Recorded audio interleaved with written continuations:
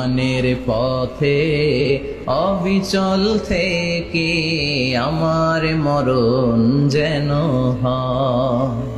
ইমানের পথে অবিচল থেকে আমার মরণ যেন হয়। তোমারই কাছে মিনতি আমার। কিছু কিছু হাদিয়া আল্লাহ রাসূল সাল্লাল্লাহু আলাইহি ওয়াসাল্লাম ফিরিয়ে দিতেন না। এর মধ্যে একটা হচ্ছে মধু। মধু দিলে বলতেন না যে না নিব না। আতর ফিরিয়ে দিতেন না। বালিশ, বালিশ খুব পছন্দ করতেন আল্লাহ রাসূল। ঠেকনা দিয়ে বসতে পছন্দ করতেন। সুবহানাল্লাহ পড়েন।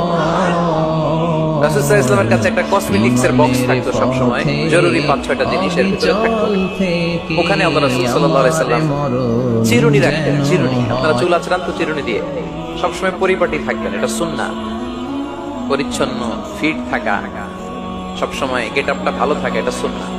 আল্লাহ রাসূল সাল্লাল্লাহু আলাইহি ওয়াসাল্লাম কোন বিদেশি ডেলিগেট আসলে তাদের সাথে দেখা করার আগে সময় নিতেন, নিজেকে গুছিয়ে নিতেন। সুবহানাল্লাহ পড়েন।